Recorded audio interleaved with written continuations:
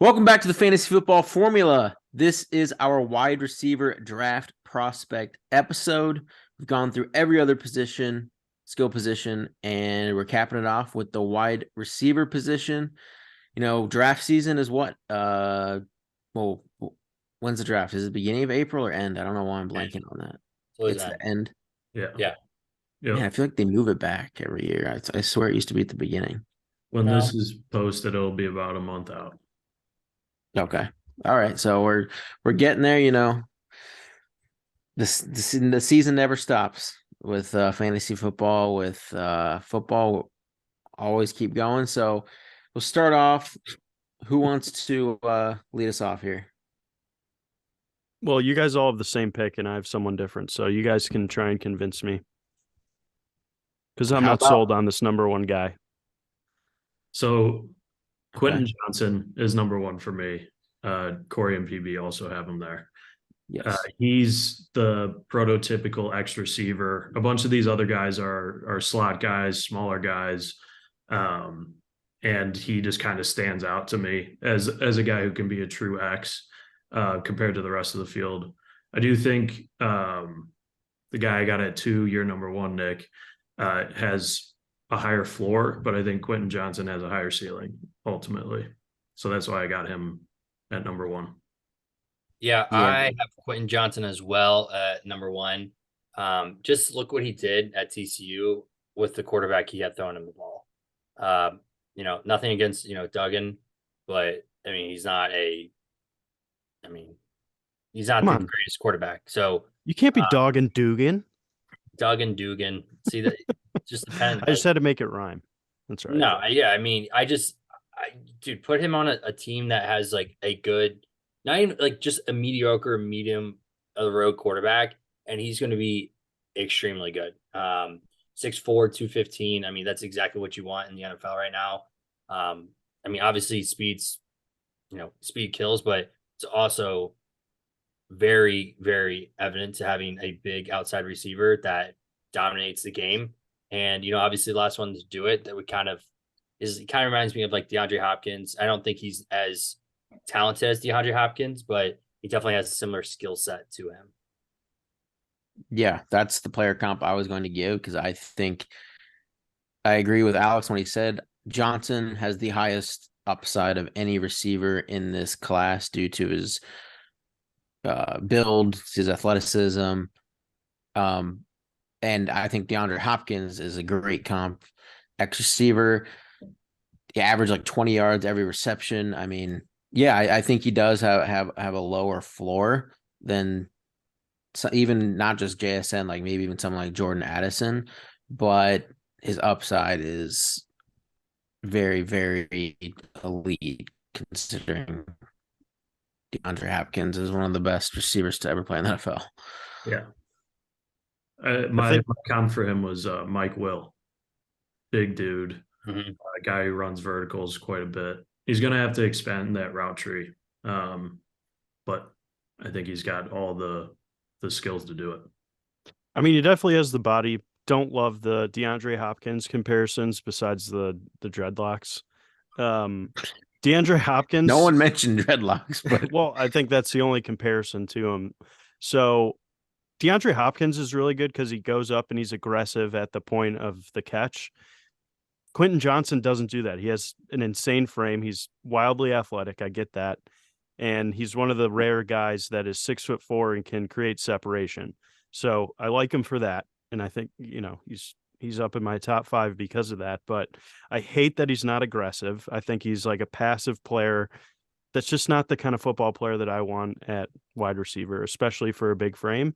I want those guys that are going to go up and fight for the catch in the end zone. Like that's what's making those type of players, extraordinary red zone threats. And I don't think he has that. He doesn't seem to play that way. He tries to play like more savvy, and I don't think he plays to the advantage of his body size. So I think trying to turn that around is asking someone to be who they're not. And I think he's a bust. I'm not going to argue with you because I do think he has a pretty dramatically low floor, but for his upside, I had to rank him first. I understand. I mean, my number one guy out of wide receiver Jackson Smith-Njigba, we're talking about a guy who is playing on the field with Chris Olave and Garrett Wilson, and everyone was, including Garrett Wilson and Chris Olave, was saying he's him. And like they're saying he's the best one out of all of us.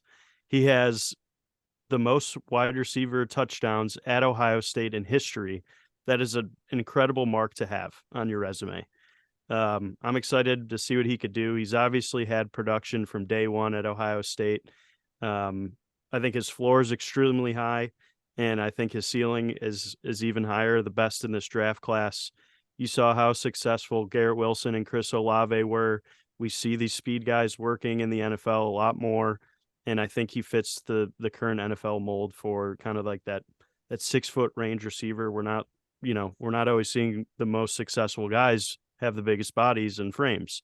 So I don't think that limits him at all. His ability to get open and his speed are unmatched. So Yeah, he's I my mean, number one here. Yeah, when he plays. Does I he really have the most touchdowns in Ohio State history? Wide Yeah. receiver. Yep. He didn't even play last year. That's insane. He had 30, I think he had 33 coming into this season, and he probably got a couple more before he got hurt. But Zero. So yeah, he's someone I agree. He's the highest floor of any receiver in his class. I disagree with what you said about his speed. He's not anyone. He's not Olave or Wilson with his speed. He's not that guy at all. He does that's what he doesn't have the upside of Quentin Johnson, but he's just like a natural football player. Like incredible route runner. Gets open. Like he's just great at all the little things. Like incredible at it. And yeah, I mean, when Olave and Wilson are saying he's the best of them three, I mean that's saying something. Gotta take And, note. yeah, I mean, I think his comp is someone like Keenan Allen. I saw was a great comp for him, and I like that's that. Good hands. who I think he plays like. I like that Super comp. reliable. I think what he makes up for or what he lacks in speed, he makes up for in route running and getting in and out of breaks and I the guess guy. his agility. Yeah. Yeah. He tested through the roof on the combine agility. Obviously didn't run the 40, but the player comp I have for him is Amon Ra, like a guy who's. Oh yeah, that was the other one. I love that comp too. Yeah. So I mean, Sun God. yeah. I love him. Yeah. So definitely not arguing with you here. I think for sure highest floor. Yeah. And I'll give you some credit. I will stick to the Chargers wide receivers. I like the Mike Will comparison, but think about how many years it took for him to really see some legitimate success in the NFL. Couple years. So if you're talking about a high first round pick, I want someone that steps in day one and is delivering for my team immediately. I don't want a passion project that's going to take 3 years to pan out. That's who I'm taking in the second and third round. So for me, I think you got to go with Jackson up top. Yeah, it's close. Like Johnson and JSN are almost like my 1A and 1B. So like I'm not gonna argue the JSN being number one. So you're saying I win the debate? No, I'm saying I'll say they're like these are definitely like a tier of their own. I'd agree with that. And then some of these other guys, some of these other guys definitely have they're good prospects and they can definitely turn into something. It's just, I don't think as good as the other two. But all right. Do you guys all have JSN number 2? Yeah. Yeah. Looks like we have Corey didn't, I think. I don't. No, you don't. And you need to talk on why you who do you have and why don't you have him there? I'm guessing it's something to do with just his health and you're going to play doctor, but It is his health. okay. he got hurt once. His hamstring. I mean, yeah, but it kept him out all year. I understand he probably didn't want to come back because it would affect his draft stock, and that's fine. But obviously when he was on the field, he was electric, and I'm not saying that he's not going to be. He could be the best one out of this entire lot. Very well could be. There's something that just ekes, hamstrings injuries. You've seen Keenan Allen. Like, dude, the guy can't stay. Like, you get one, and you get another one, you get another one, you get another one. Like, that's a knock on you. Like, if you're not on the field, like you're you're not helping your team. So I'm not saying he's going to be a terrible, receiver. I think he's probably going to be very good. It's just the injury issue that comes into play here. And I probably will be wrong, but that's why I don't have him, number 2. It's okay, Corey. We understand you're kind of scarred from the T.Y. Hilton Colts fan experience. An incredible receiver who just had 0 hamstring. So I understand where you're coming from. I'm just saying, it's a very I'll serious give you that. injury. You just have to be. It happened once, and everyone's It's like, "Oh, tough. it's a hamstring." Then it Yep. happened again, and then again, and then again, and it's like, okay, now we're 10 games in. You played 2, so I mean, So we just want to on record. You're admitting you're probably wrong. So you think you're probably wrong, yet you still are ranking someone ahead of him. Who do you have at 2, Corey? I have Jordan Addison. Ugh. Strictly just okay. If we're gonna be playing off of athletic ability, this is the guy.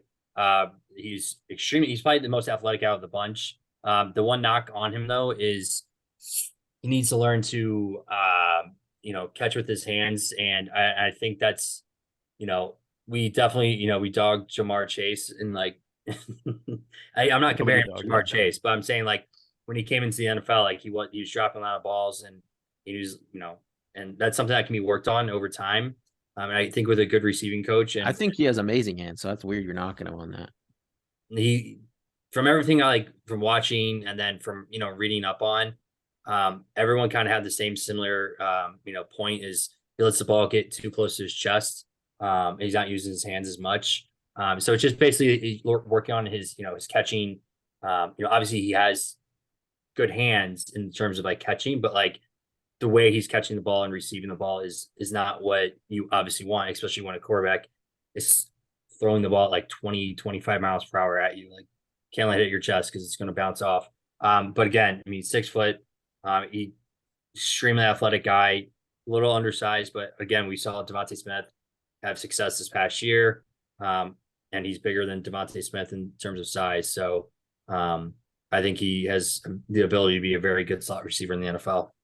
Are you concerned at all about the regression in his stats? Last year, No. he played with Caleb Williams, debatably one of the best NCAA pro-ready quarterbacks, and he couldn't put up the numbers that he was putting up with Kenny Pickett. So what do you think about that? I mean, it just system didn't work out for him. I mean, the quarterback, combination wasn't there. I mean, there's many things that can go into that. The dude's still an athletic freak, and if we're basing everything off, drafting players based on their athleticism, according to PB, that's what you're supposed to do. He should go number 2. Yeah, but like, look at Marquise Goodwin, like athletic freak, but never really. He was a track star who was thrown on football pads. Yeah, so like, is that Jordan what we're Addison's a dealing football with player? here? No. Yeah, you can't compare. Like, if you want to talk about Marquise Goodwin, that would be like Jalen Hyatt. Like, just can run fast. We'll get to him. He's Yeah. great. Yeah, I've got Addison at 3. Blitnikoff winner. I think he's going to be able to play inside and out in the NFL. Definitely more of a slot guy, little smaller build, but I think you're going to be able to utilize him in the outside too. Another note, consistent separation at all 3 levels. I mean, the dude has a ton of routes. His tree is expansive. Comparison I've seen a lot is Devonta Smith. Like Corey said, he's a little bit bigger than Devonta. Yeah, dude's a stud. Yeah, I mean, I have him at because of the year-over-year regression. If we were sitting here last offseason doing a look ahead at for this year's draft, I think he was the clear number 1 when he had the phenomenal season with Kenny Pickett. But I'm pretty concerned, like, you put everything together with one of the best quarterbacks in college, and he still can't break 1,000 yards. That's something's up there. I don't know what, but I don't like it. You have him at 3 or 4, Nick? I have him at 5. Oh, okay. I thought we were talking about our 3rd right here. I know. Well, we're talking about him, so. Okay. Well, yeah, I'll get my 3rd is Zay Flowers. Yeah, I just think like when you get him in open space, like he's just going to be absolutely electric. He's someone that can move all around the formation, which is I think very important in today's NFL. It's why I have Jordan Addison next. And I think that's because Jordan Addison is going to be like an exclusive slot guy. And so I think someone like Zay Flowers can move him all around, which I don't know. Lockett was my comparison. That's what I was going to say. Yeah, he's like, so I have Zay at 3. Kind of reminds me of Steve Smith Sr. kind of type too. Like he's a shorter guy, but he's built still, like he's solid. And great route running, great footwork. I mean, if you watch some of his highlights, the dude's electric. Yeah. Yeah, no, yeah, he is. He's also my third. Again, mentioning what everyone said, dude's amazing off, jets on the field, super fast type of player, short, like kind of not as good as Tyreek, obviously, but kind of reminds me of just the way he runs and stuff. The one knock on him is though, in some colleges, like, especially pass heavy colleges, like wide receivers don't block in their offensive schemes. That's not what they're supposed to do. And that's the biggest knock on him is he can't run block, or he needs to develop it. And that's not something that's like either you have it or you don't have it. Like you can be taught that.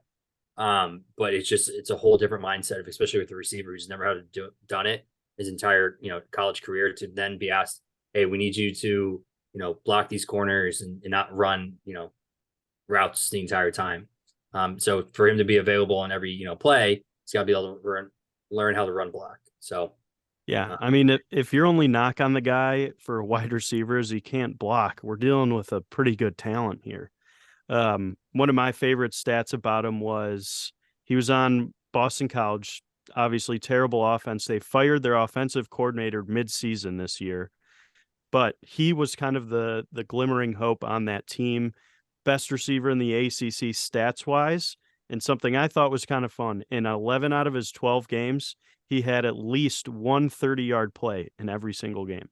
So I think he's got that big play potential, kind of a playmaker with insane agility like we talked about. So I like his upside here. And PB, I love the Tyler Lockett comparison. He also had a lot of drops last year too. So another thing he has to work on as well. But and then again with the same side being undersized, the 5'9", 5'10", whatever shoe he's wearing on that day, just a small catch radius. He doesn't have the largest wingspan. So, but I guess if you're 10 yards in front of the closest defender, it really doesn't matter where the ball is put. You're also assuming that he's got a better quarterback than he did at Boston College. Exactly.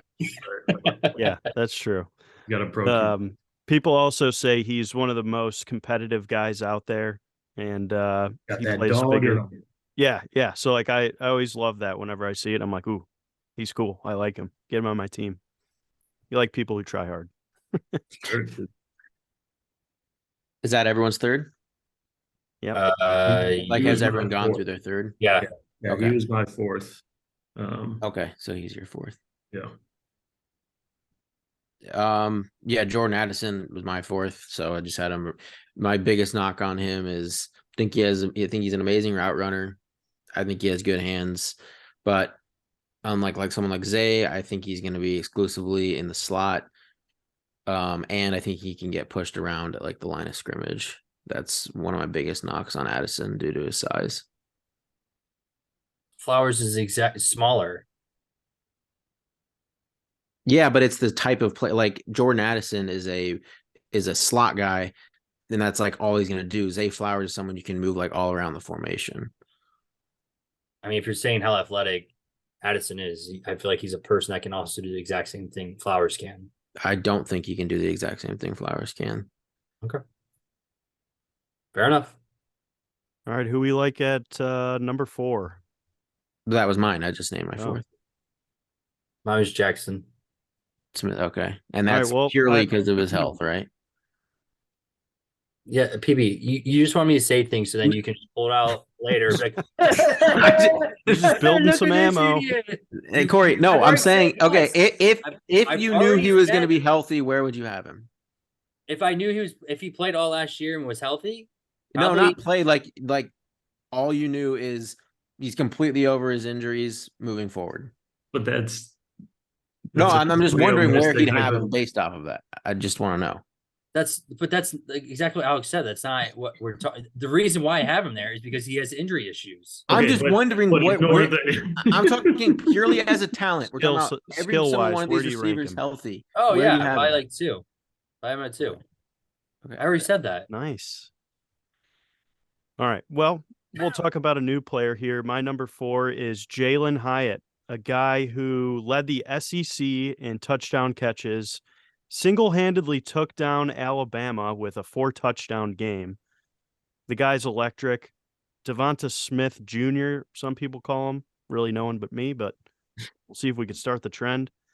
I think just that Alabama game really showed what his ceiling is, and I love that ceiling. He was shredding corners that are going in the top half of the draft this year. So, if you're able to compete in the SEC, top it off with the most touchdowns in the conference, like you got something good going for you.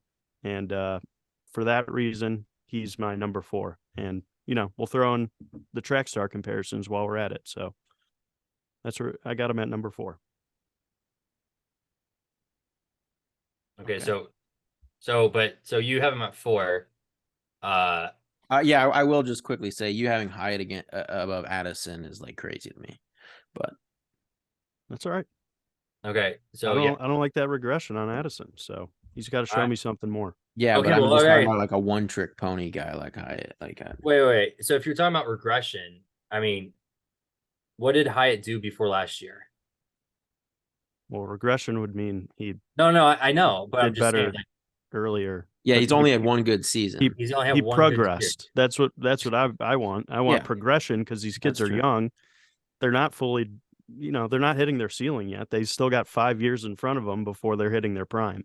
No, So I understand. But someone who went and won the best receiver in the nation to Yeah. having a little bit of a down year. I mean, NFL players have down years all the time. But like at least he showed like, hey, he can be that. And Hyatt just has the one tape. I mean, obviously it was a great year for him. Not knocking the guy. I think he has more to develop, and he was just playing in the slot as well. So like he didn't have to deal with the press coverage on the outside, which you'll have to deal with in the NFL. He won't be the fastest guy. I mean, he'll be close to the fastest guy on the field. But he also, his route tree is just streaks. I think that could be learned. I think the route tree is the system you're playing in. He's obviously really good at what he does. But for me, why would you go with a guy in the Pac-12 who's notoriously bad for defense? And he played a full season with one of the best quarterbacks. He was in one of the best situations to produce, and he couldn't put up 1,000-yard season. That's concerning to me. So Okay. I think there's something wrong there. I don't care if he's a slot guy and only taking, 5-10-yard catches. That should still add up. And he should be able to make plays and be a playmaker, which is why I have Zay Flowers over him, because I think he's more of a playmaker. So there's plenty of guys in the NFL that you could hit over the middle, but we're looking for people that excel. So I just don't think Jordan Addison's one of them. Yeah, and I'm with you on everything you said. That I have Hyatt 5th, but I just can't. Like Hyatt to me, like he's a one-trick pony. And he had his combine. He's supposed to be this like speed guy. He ran like a 4.4, like at his combine. Yeah, which for someone that's their biggest selling point, that was concerning. So like Yeah. I don't know. He has dominated some good secondaries. And he led the country in QB rating when he was targeted this last year, but limited route tree and only one elite season. Yeah, I get that. With I a think- disappointing combine. I think I just feel a little bit more comfortable with a ace of spades than opposed to a jack of all trades type of guy. So, Okay. Corey liked that one. It came ready today. Yeah, Nick came with I all like the notes. wide receivers. I mean, traditionally in fantasy, running backs have dominated, but the last few seasons, I think we've seen Oh, a that's ton of shifting production. completely. Yeah, it's completely shifted. So I've spent a lot more time kind of studying the wide receiver rooms here, who can make the impact day one. So that's where I have these guys ranked. I like the big play potential out of Jalen Hyatt too. So Yeah. PPR leagues, maybe you might like Addison, but when right- Jalen Hyatt, great best ball pick. We'll get into Yeah. best ball later. That's who you want in best ball with the big playability. we'll be fighting over him in round 12. I don't know about that early. Alex, did you have Hyatt here fifth? I did, yeah. Yeah, Nick covered it all pretty much. Another Biletnikoff winner. Always something to keep note of. All right. Anyone have any final thoughts? This is our last. We'll be doing some mock drafts and then a draft bets episode before, the draft at the end of April. So that'll do it for this episode, and we will see you next time.